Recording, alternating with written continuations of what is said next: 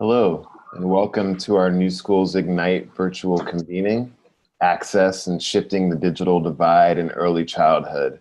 I am Cameron White, an associate partner on New Schools EdTech investment team. We are excited today to be joined by Dr. Ed Green, who draws upon extensive experience in child development, early learning, and children's digital media environments. I'll begin with a brief introduction, followed by Dr. Green's presentation, which will include opportunities for Q&A. Throughout the presentation, please feel free to submit questions or comments through the chat feature at the bottom of the Zoom window. Dr. Ed Green currently serves as Vice President for Partnerships and Community Development at the Hispanic Information Television Network. Previously, he worked as Director of Educational Outreach for a U.S. Department of Education Ready to Learn Transmedia project. He has been an instructional leadership coach for principals and pre-K to second grade teachers in Detroit Public Schools. Dr. Green was also a senior advisor and consultant to CITO USA and its Pyramida approach to early learning, and director of global outreach for Sesame Workshop. He is a former board member of the National Association for the Education of Young Children and the High Scope Educational Research Foundation, and currently serves on the boards of the McCormick Center for Early Childhood Leadership and the Coalition for Quality Children's Media. Thanks so much for joining us today, Dr. Green. I'll let you take it from here. Thank you so much. It's been a pleasure preparing for today, and I'm really glad to be here. I hope everybody's doing well. I can't, usually I would say, I would have you sing a song or something, but we won't do that today. I would like to really say that we're going to be doing a 1-minute waltz in 30 seconds today. There's a lot that we could talk about, but I've tried to focus on the issue of this shifting digital divide and some of the opportunities actually that are here to bring the EdTech community together with the early childhood professional learning communities to really create a dynamic that I think is important. I'm partial. I very much am involved with digital media and technology with regard to both professional development and early learning, as well as ways in which it can connect families and people in communities. The other part is that aspects of the landscape for early childhood professional learning is another part of what it is that I want to have us talk about briefly today. I'm going to move this next slide, hopefully.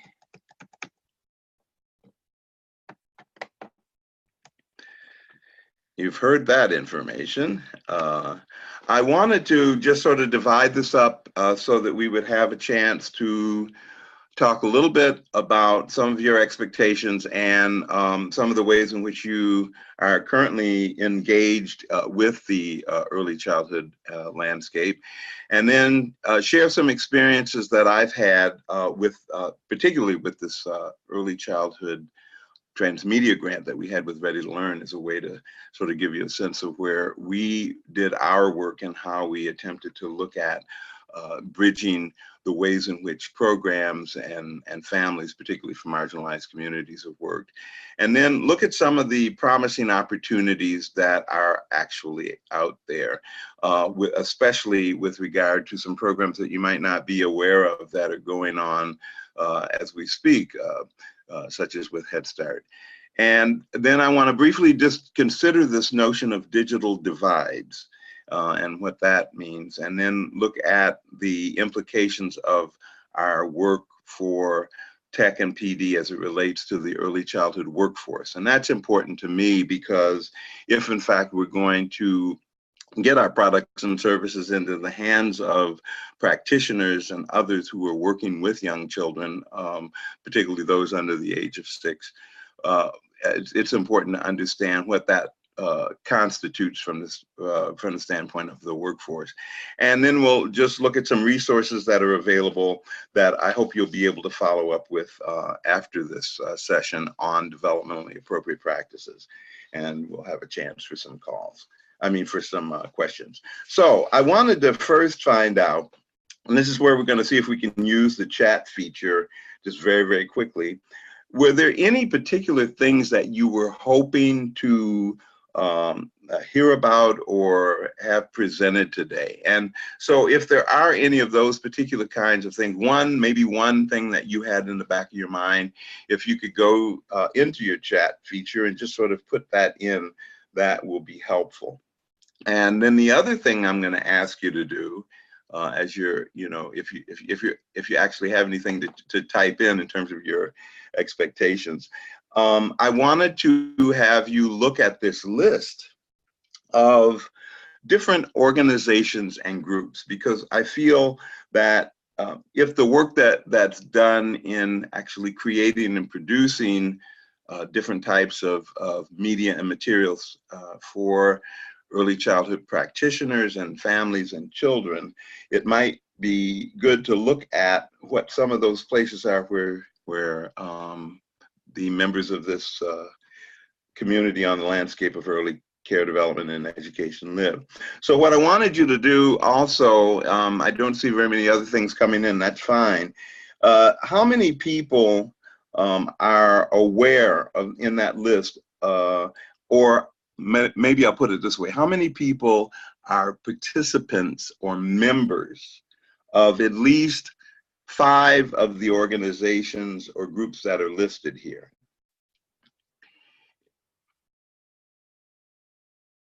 Let me put that up.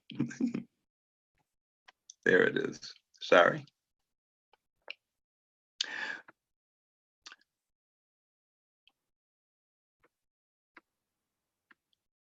I have to remember that I'm also running the slides.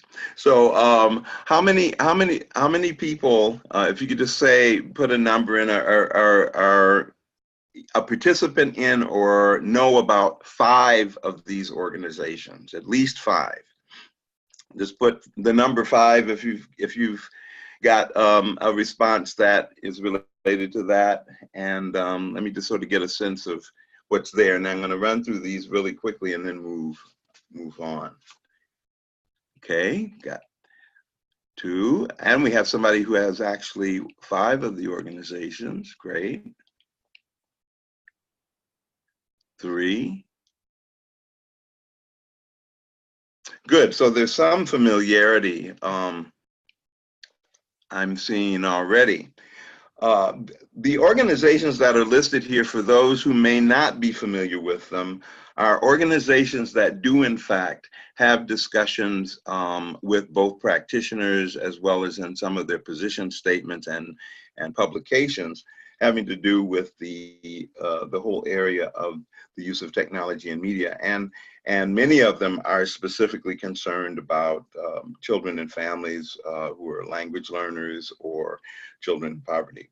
So 0 to 3, for those of you who aren't aware, is an organization that really deals with the youngest of on this continuum of early childhood birth through age 3 or 4.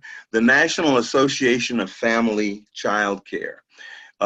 Towards the end, I'll give you some more information about why that's an important group to possibly connect with, to either field test or get a sense of what kinds of opportunities there are in the regions around the country where they work to present the various apps or materials, digital or non-digital, that are being produced. The Council for Professional Recognition is an organization that really puts out the Child Development Associate's credential, which is what we refer to as the first best step to early childhood. It's for people who are just beginning to get started in the field.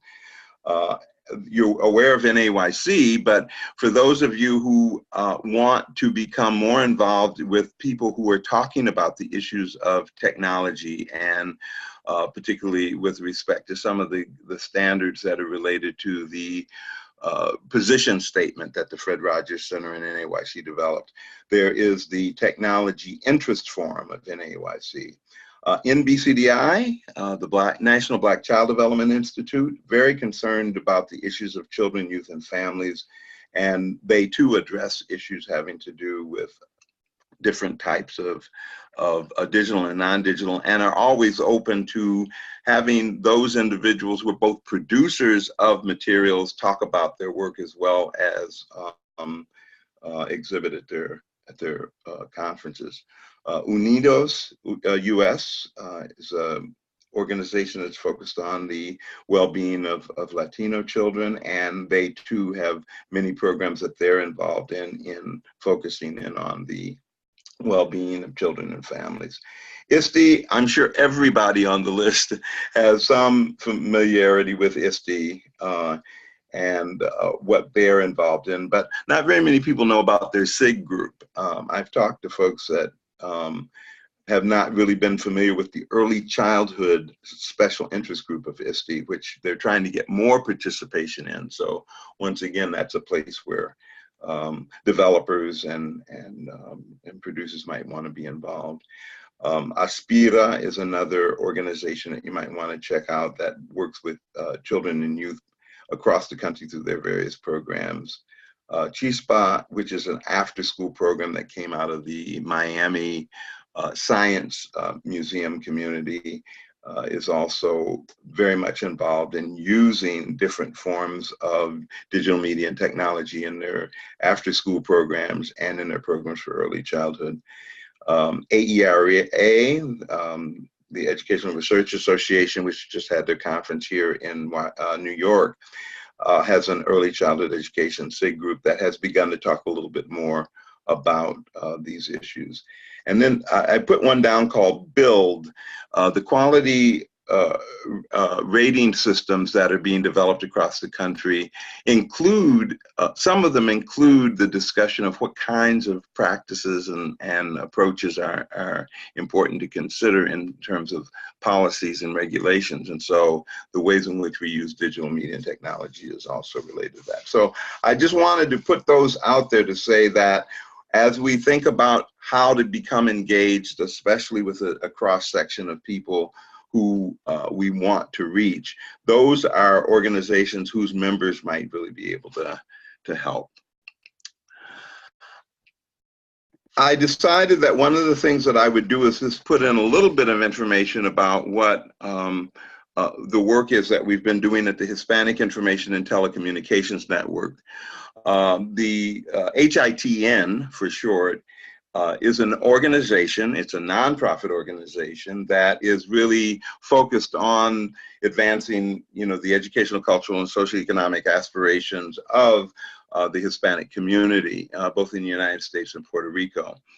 It also is an organization that happens to run a 24-hour Spanish language, non-commercial public television station, the only Latino-run and operated public station in the United States. And that is another part of the work that they have been involved in now for almost 20 years, and collaborate with an organization called Imagina US, which is an international organization that focuses in on many different aspects of TV, sports, etc. But most significant is that HITN received a U.S. Department of Education Transmedia Ready to Learn grant. And part of the role that I played at the time we had that grant was in about 90 demonstration sites across the country, where as we were doing our builds for both our tablet-based app and what we refer to as our transmedia materials, we had demonstration sites that were in Head Start programs, child care centers, some state funded, others that were family child care, and some that were in public school pre-K. They provided us feedback as we were in the process of developing the various apps and various non-digital and digital materials that were related, that I'll talk about in a minute. And the external research was done by the Michael Cohen Group. And for some of you who are familiar with how that Ready to Learn grant process works, is that whenever there's a grant written in response to an RFP, they also must include a proposal for an external evaluator. And the Michael Cohen Group was the one that did our external evaluations. And then additionally, we had the opportunity to look at what we were doing with respect to informal learning settings. That included museums, libraries, and other places where people held family night events, to see how the same materials that we were developing that were going to be for children 3 to 5 and their caregivers and families in the areas of English language development, early literacy, and early math. In our development stage, we wanted to see, well, how people would respond. And so that was another way that we collected our information. Now, I'm not the app or digital developer. I'm the person that basically makes the connections within the broader communities. And we specifically, as a result of this U.S. Department of Education grant, we're looking to be able to be in as many diverse communities as possible in the development stage. All right, let me see if I can get the next slide to move. So one of the things that happened as a result of this grant, I have to tell you that in 2010, when the RFP was released for this particular Ready to Learn grant, it was the first time that the iPad was actually introduced. As a matter of fact, the RFP came out, I think, before the release of the iPad that same year. And one of the things that they wanted to be able to do was to move away from the traditional approach that was primarily putting information into a context that involved television and web-based work, much of what you saw in PBS back in 2010, 2011, to move more towards a transmedia approach, where there are integrated concepts that are taking what is developed and looking at it in multiple ways.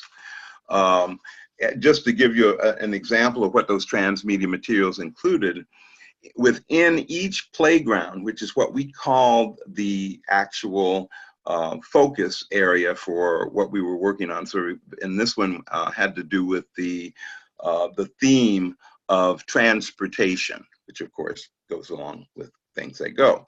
But that theme became a story arc for the playground, which consisted of both digital and non-digital materials and an app. I was hoping to have one of the videos that would show you the actual app, but if you go to the iTunes store, you can find the actual set of apps that was developed for this particular project in conjunction with Zinkia Entertainment, who is the owner of Pocoyo, which was the character that was associated. But the main thing was that these were the things that were involved in developing a transmedia kit or approach. So it wasn't just the app, and it wasn't just non-digital materials, but it crossed both. So within that, there were things like the English-Spanish vocabulary cards. Now, this is much of what was created during that time in the non-digital was related very much to what it is you would find in typical preschool programs. But with the artwork and the different vocabulary, the ways in which vocabulary was introduced, there were different kinds of experiences that were created so that they could be used in multiple ways. So it wasn't just a flashcard, but rather something that you could use in an adult-child interaction or in conjunction with some of the other aspects of the transmedia material. Match and tell cards. This was really, starting with basic, vocabulary recognition of both a vehicle and a character, very, very simple. But it reinforced this as a way of children being able to play match games, to play in general with these kinds of things. Now, the story arc, if you will, for this particular playground, which included tablet-based apps with gaming, story, and other kinds of applications that would allow for the synthesis of this information, actually created the opportunity to take something called Baby Bird's Birthday, which was a story that talked about how all of the characters were planning to get to Baby Bird's birthday party using different forms of transportation. So it's the story arc which was used to develop both the digital and non-digital materials that was based on the story Baby Bird's Birthday. So, and then there was also a very, very simple book. And that story book was something that could be used for the homeschool connection. And we also found that it related very directly to some of the kinds of things that were on the app, but they provided a chance to read about this in the story. And it was in Spanish and English, and many of the families that we worked with, where there were two generations living at home, said to us that it was really important to have this kind of a connection, because in some instances, the grandparent spoke very little English, and the children weren't at that time speaking lots of Spanish. So it was a way to sort of cross over and give some other experiences. There were tabletop games, and all of this was prototyped to find out what it is that you would do to make a transmedia property work. And this particular game was designed very much like Candyland. And you can't really see it, but in the lower right-hand corner, one of the things with the spinner was that as kids learned the basic names of the vehicles, whether it was the train or the car or the scooter, rather than stay at the lowest level of Bloom's taxonomy, where you're looking at just naming and recalling, what that spinner did is that it took a part of the particular vehicle, like there was the wheel of a scooter, or the engine of the train, the front grid. And so when you did the spinning, you had to not only look at whether or not you could identify the vehicle, but you had to do it by first identifying the part. So we were trying to, to raise the level of gameplay, so it wasn't just a rote and recall kind of thing. These were all things that were included as part of the app, but in a much more dynamic way. We found that puzzles were of real interest, and so, of course, the themes included, from Things That Go, included a puzzle that once you put it together, you could then play the pathways to Baby Bird's birthday party. And it was really interesting watching how some of the children used these various materials. Something as simple as the Pocoyo counters. Now, on the actual app, there were things that were designed specifically to address the English language learner in terms of the names of the vehicles or the names of the colors that were in both Spanish and English. But this was another way to begin to look at the attributes of the particular cards that were there. So for example, you'll see there are shape names that were integrated along with color names on the borders of the card. So you could sort according to color, or according to shape, or according to color. And I mean a character. And that was one of the things that we found, that for many of the people working with young children, the rote and remember approach, which is very much similar to the worksheet approach, which we found in a lot of the software and apps that had been developed, were basically doing things at the lowest level of Bloom's. Can you match a red to a red? Can you find the other triangle? Can you make a sequence, circle, square, triangle, circle, square, triangle? That's a little more difficult, but what we tried to do here was also provide the adults with a way of understanding that you can take learning a little deeper if in fact you look at different attributes. So that was another way in which we were able to build what was in the actual app that help people to play with that notion of attributes and do it in the real world. And then there were also some materials that were designed for adult-child interaction that were more structured, but the rote and remember side of each of these types of pages were related to concepts that they had played with either in the app or on the various non-digital materials or read in the book. But on the right-hand side, that's where you were asked to engage children in thinking about what they could tell or do or make with respect to that storyline. And then there was actually a web-based component to this series of what we call our playgrounds, so that there were additional transmedia materials that related to what it was that we actually had in the digital and non-digital guides and activity pages, and that was on air. I'm online. So we had the tablet-based app, we had the non-digital materials, and then we had the follow-up online. And then additionally, there were resources that parents could draw on. Now, that has moved well beyond where we started, because what I'm showing you is where we began. But I just wanted to give you a little sense of what we had begun to think about in terms of the audience that we were dealing with, and not just a game to play or an activity that children could go do by themselves, but to really reinforce the fact that there needed to be multiple ways of talking about vocabulary, or talking about concepts, or talking about the ways in which the characters interact with each other. So built throughout the digital and non-digital materials was this whole notion of working across multiple and interconnected platforms. So we had the storybooks and the journals and the guides, along with the things that were available in the apps on the iPads, as well as the computer games. And then there were some toys and plush that were added at some point, and puzzles and kits. But the idea was to have that educational goal that would then make it possible to look at content and move beyond that first level of rote and remember to doing more compare and contrast, higher order thinking across different mediums.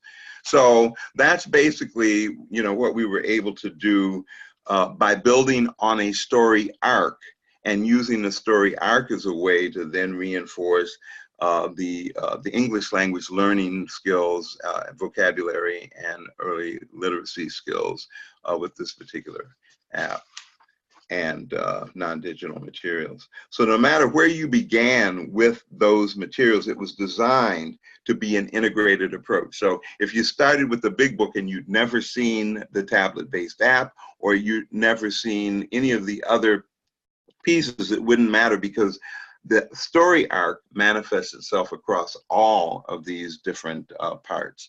And the same thing, you know, is true in terms of how the traditional early childhood environment can incorporate interconnected experiences if we plan them that way. So there were materials that were not necessarily designed to be used at a table activity or as a taught lesson, but they could be integrated within the areas of the room and throughout the daily routine. So there might be ways, for example, in some, we noticed in some of the classrooms where they were using the HighScope curriculum, and I don't know how many of you are familiar with HighScope curriculum model. There's a process called the plan, do, review model. And because they had multiple approaches to the learning and the learning centers, they used the tablet-based app to actually have the children doing their planning time. So they would find something on the app that was of interest to them, and then describe what they were going to do during the time that they had for their open-ended playtime to find in the environment. And because there were non-digital materials that related to the theme, and the teachers were able to actually build the what are called the key developmental indicators that they use to assess, they were able to map that onto what we were doing. So there was an open-ended kind of sense, but it really required a lot more of the professional development in order for people to understand how this fit into the curriculum model they were either required to use, or the Head Start performance standards that they were needing to address from the education standpoint, or what have you. I'll just close it out by saying that during this whole process, the lessons learned that we came to understand were a part of the external evaluation that the Michael Cohen group did, which included a randomized controlled study. And that then gave us some sense of what are the kinds of things that do in fact reinforce the language learners who were English, Spanish in this instance, what kinds of things are sticky, and what kinds of things can go between both school and home. And I think most of you who are developing product use some form of formative evaluation as you're in development. But we were able to do this in conjunction with the dynamic of the language learner, which made it even more of a challenge, but also an opportunity to learn how non-digital and digital materials can be used to encourage language development and create those kinds of opportunities to build out what the learner needs to know and be able to do. So these are some of the different ways in which those materials are manifest, and you'll see in this picture that in this slide that there are ways in which children are working with each other with the app, but there are also things that are tied to that app that are related to table activities that teachers are able to do in terms of their small group times. There are also ways in which the individualized learning can be done, especially with children who have IEPs that relate to certain aspects of, let's say, acquiring and using language in certain ways that can help them to further express what they know, what they feel, etc. So those are all of the ways in which I think we were able to think about how technology enhances what it is that we already know traditionally how to do. Just very, very quickly, one of the things that just sort of came out of this whole initial work that we did, and remember that I'm reporting on something that concluded in September of 2015, and then we had our write-ups. But one of the biggest things that we learned cuts across whether you're using technology or you're using non-digital materials. It's very difficult for people to sometimes understand how to integrate what they are bringing into the setting, as opposed to just having them be one-off activities. Just like there are things that people have used with ABC Mouse, and we've seen if they've not had the training and they don't know how the progression actually moves and how to follow the progress of each of the children because they've not been given the training in how to use what's on the back end, it's basically a place where you have 10 minutes to go because everybody gets a turn to play a game. And then you say, okay, so how is that tied into what you're doing with respect to the broader goals that you have for children's language and literacy skills or early math skills and what they need to know and be able to do? It wasn't integrated in that way because it wasn't talked about it. I think since that time, people have really built more of that in, and I'd love to know more about what your products and services would include to do that.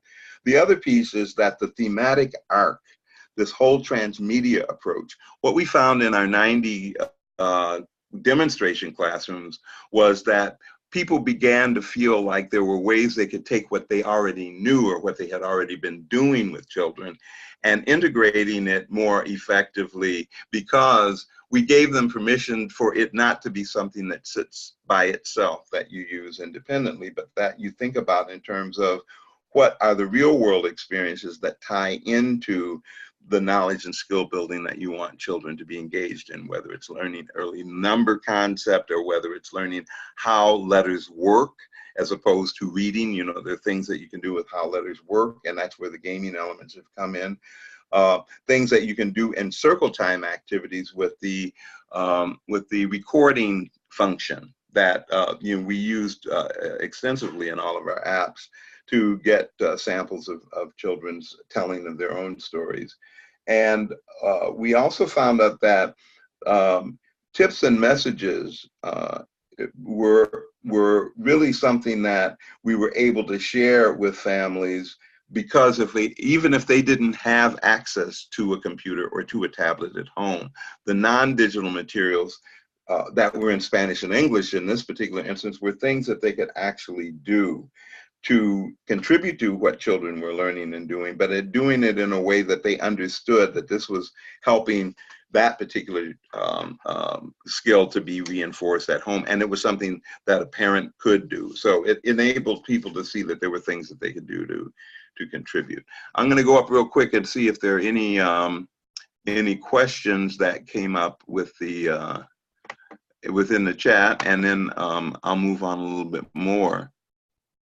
Okay, I'll see. So anyway, what I'm going to do really, really quickly is just to say that we've come a long way, and I use 2015 as a marker because that was just a little over 5 or 6 years since the iPad was introduced, since technology was being talked about, and since the hesitance of early childhood people to be involved with technology became a little less, well, there was a little less contentiousness, because for many, it was there was a hesitance to introduce the whole idea of technology, because people didn't feel it was appropriate, or didn't feel that it's something that should be integrated in that in the classroom, because it was basically, you know, for gaming.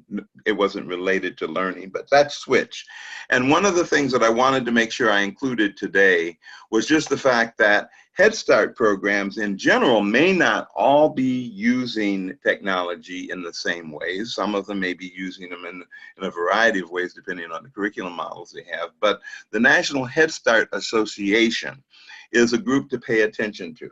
Because if, in fact, you're interested in finding out what might happen with some of the products and materials that you're developing that would specifically be related to the populations you want to serve, it might be interesting if you look at who the early adopters are that have been identified through the quality initiative that National Head Start Association has actually adopted. And this doesn't mean that the only thing that they were looking at was technology use, but through the competition that they sort of have to continue to get people to do more things in a variety of ways, they've looked to find those programs that have been involved in looking at multiple ways in which to provide quality programs, improving the outcomes for kids as they make their way into school and life. This information is available online at NHSA, but I thought that it was important to put it in front of you because at least in Florida, Pennsylvania, Texas, California, and Minnesota, there are places that are very much interested in how technology can be integrated into the expectations that are related to the Head Start performance standards and related to transition from preschool to school. And so it's very interesting to me to see where we've come just over the past 3 or 4 years, and how this whole notion of the integration of technology, not as something that's, you know, still going to just be in the corner, but is integrated in helping achieve the goals that we want with respect to how children learn. A few years ago, before they actually became involved in looking more closely at how technology was integrated, the Head Start Association actually began the Head Starter Network. Now, I don't know how many of you are familiar with that. It would be interesting to hear from you if you've heard about that or participated. But 2 years ago, they had a hackathon where they brought together some really incredible people from the tech industry, as well as from different parts of venture capital funders and folks who were involved in innovation. And then they brought together people from around the United States who were involved in Head Start to think more strategically about what would it look like if, in fact, we had other ways of addressing the needs of children. So that hackathon that took place 2 years ago ended up creating an opportunity where this Head Starter network has been formed. So once again, for developers who are interested in really sort of getting some access to people who are really looking at how the principles of practice and standards of practice related to high quality programs that include technology can become, you know, engaged, this is a place to go. I included that just simply because many people are not aware that this is something that has been done by the National Head Start Association as they did the spinoff. The thing that's nice about it is that just at the end of last year in December, they had this incubator, educational incubator, where they had a process, and it's a very, very unique process. It's not a sit and get, as they call, or a talking heads conference. This is an engaged conference where people come up with ideas that have the opportunity to be funded and incubated. And so as a result of that, there were several winning ideas, but I just put one up just so that you could see a little bit about how those discussions from people who were working in Head Start across the United States, who were invited to be a part of this initial incubator work, have begun to think about improving the lives of children that are developmentally appropriate, but deal with the things that they need to be successful in school and life. And I think that for me, it's been really an amazing opportunity to watch how these particular types of activities are being integrated into programs, especially programs that are serving marginalized communities and serving people from a variety of different backgrounds, including language learners.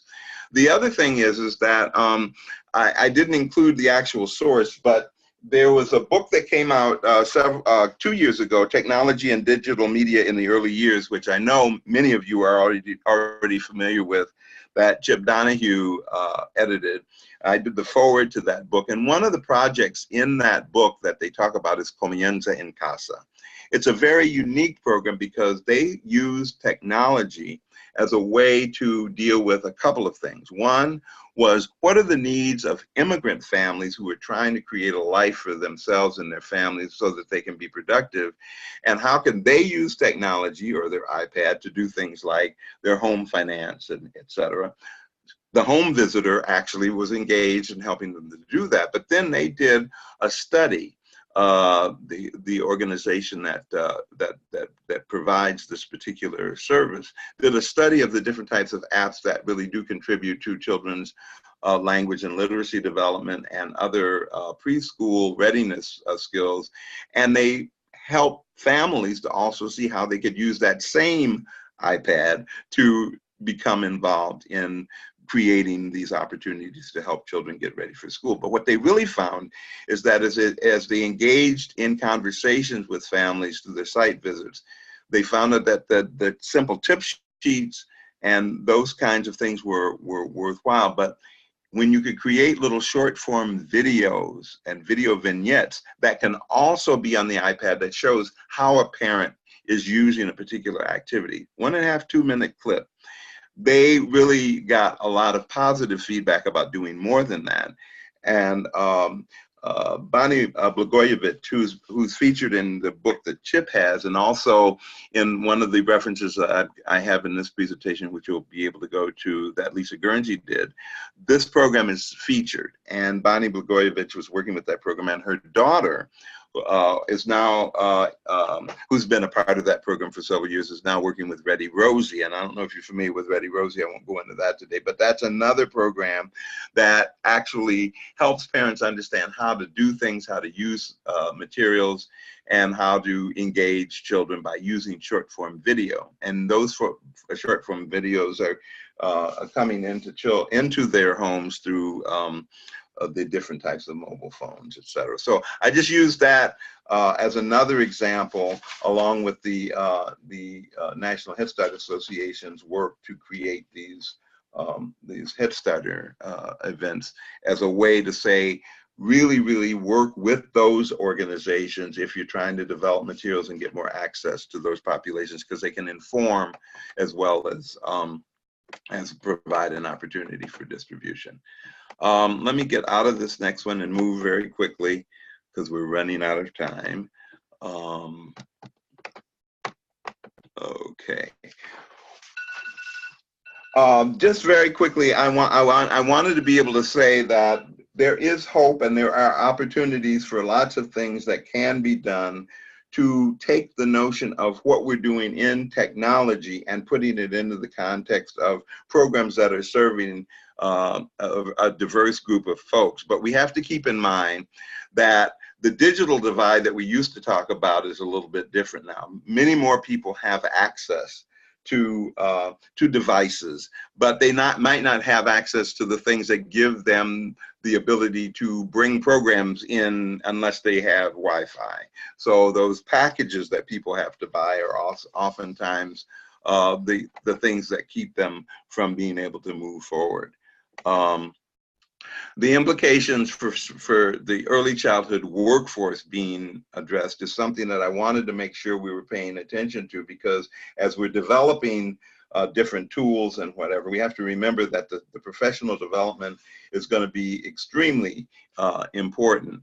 And so the way in which we have things that go with what we produce that support the integration of technology as a part of the work, what I call the work, play, learn, assess approach with young children, is critically important to look at and understand.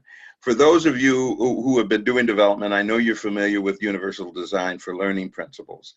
That is one way that really helps you to be mindful of having multiple entry points for learning, not only for children, but for the adults who work with the children, so that whatever the knowledge, skills, and understandings are that are tied to your particular product that you're developing or materials that you're developing, UDL helps you to pay more attention and make it a more equitable and accessible product. Finally, I wanted to just say that the RAND Corporation has done some very interesting studies, and once again, the follow-up I would suggest is to make sure you take a look at this Effective Solutions series that they've done. They introduce some interesting things about how family engagement can be improved through technology by having things built into what we design that encourage things like translation. For many families where they're involved in programs that may not have the resources that a Head Start might have to do family engagement, if there's online translation tools that can be associated with what you're developing, that's another way that we can give people access to a tool that can give them more opportunities to experience in a broader way with families what the learning is about. And then being able to use those components of the camera and the microphone that are already in the tools that we're using, whether it's mobile phones or tablets, is important to build in. And many of the products that I've seen developed already do that. And then getting the early childhood educators up and running. The understanding of standards that are focused on how we work in this area are really important. And one of the reasons that they're important is because if we don't have tools to use to help people gain the knowledge and skills they need in order to be more effective in producing the outcomes that we need, particularly for marginalized children, all of the tools, all of the technology, all the materials will not help them. So the reason why it's important to pay attention to what's going on right now with the early childhood workforce and its discussion is the reason that I included these slides. Over of the 20 million children who are under age 5, 7 million of them receive care in a center-based program. 3 million are cared for in home-based settings. And then an additional 4 million are cared for or in unpaid settings, family, friend, and neighbor care. The reason I bring that up is that if you diversify your approach to getting things in the hands of early childhood providers or educators, you're not just talking about the people who are working in a center-based program or may not be privileged to work in a center-based program that actually does have access to funds to pay for the product as well as the professional development.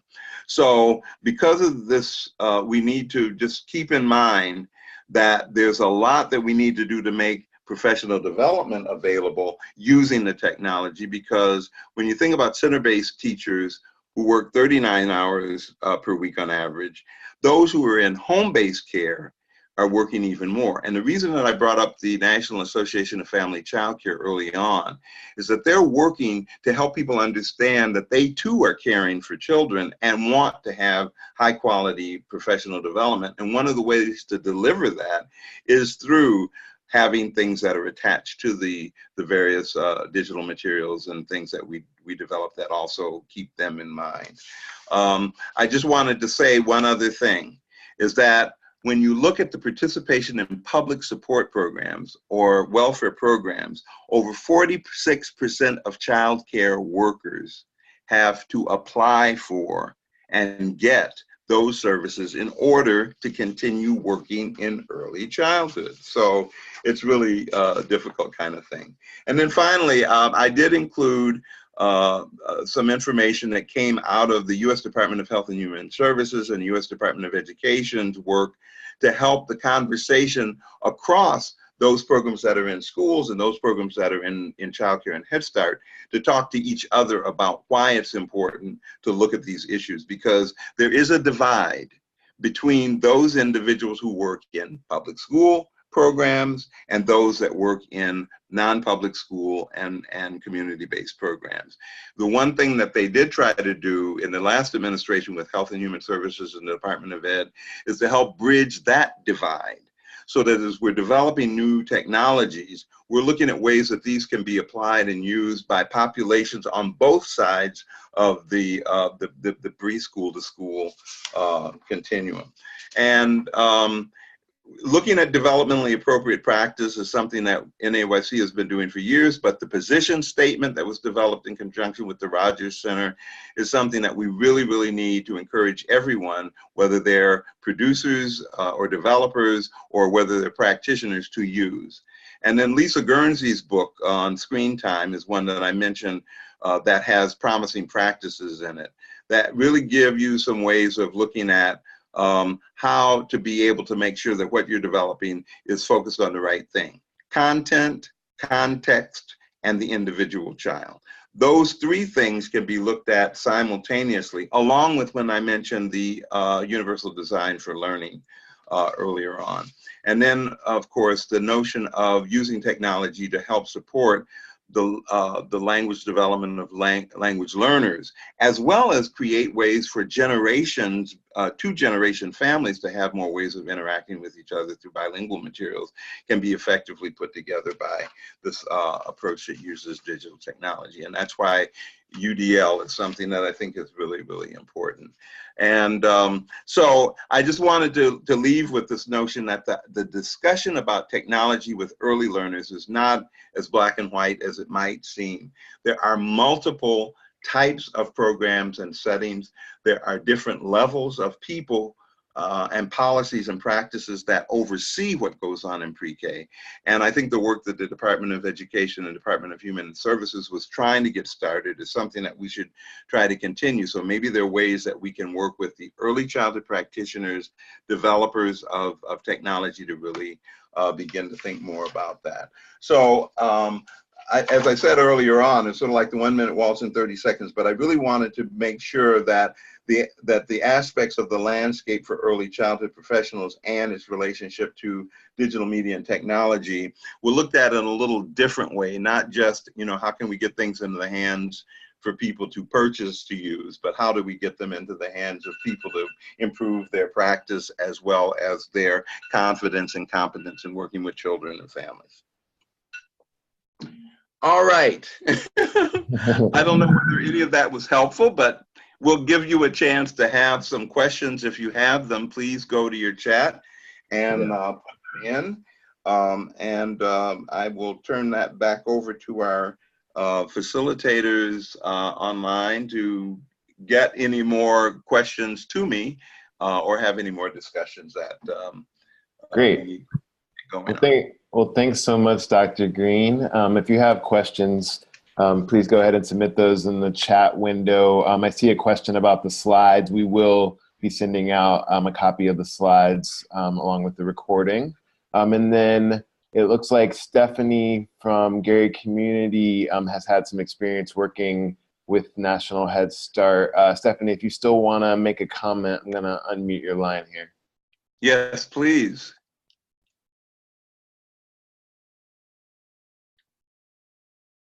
I just wanted to make a comment and really more reinforce your comment about the National Head Start, both the Head Starter Network and really how much their leadership has taken on innovation and technology and really pulling together the early adopters who are ready to tackle all kinds of problems in early childhood that new companies and interventions could be really a great part of. So I just am more wanting to reinforce that. Our foundation has supported a couple of their meetings to just sort of get a sense of how that network could be leveraged. But it's a really great opportunity, and they've done some fantastic events. They've got another one coming up actually next week around the early childhood workforce and some solutions there. So. Oh, thank you. And what foundation are you with? I'm with Gary Community Investments in Colorado. Oh, yes, absolutely. Great. Well, I'm so glad that you reinforce that, because I think that it's really important to move in the direction that brings people together who have this mutual concern. Yasmina Vinci was on our U.S. Department of Education Ready to Learn grant advisory board. And I remember when she was first beginning the conversations about getting the hackathon started, and I thought, well, this is going to be interesting, but it's probably one of the most engaging experiences that I've had with the early childhood community. Yeah. And so as a thought leader, I really value what they do, but I really want to see more developers becoming part of the conversation where NHSA has taken on that leadership role, because as you probably already know, there's still a lot of naysayers out there who are talking about nothing else but no more screen time. And it says it's not about screen time anymore. It's about how do we provide the tools that will give people access to what they need to feel confident and competent in their work. So thank you for those comments. Sure. Great. Thanks so much, Stephanie. So does anybody else have any final questions? If you do, go ahead and submit those in the chat window. We'll just wait a final moment here.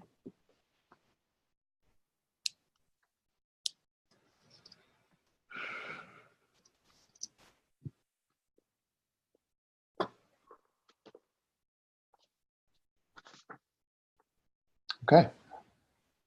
We'll just want to take this final minute to thank you again, Dr. Green, for your presentation and for the knowledge and resources that you shared with us. And we really appreciate all the work that you're doing. And thanks everybody that was able to join the call as well. Have a great day. Thanks a lot.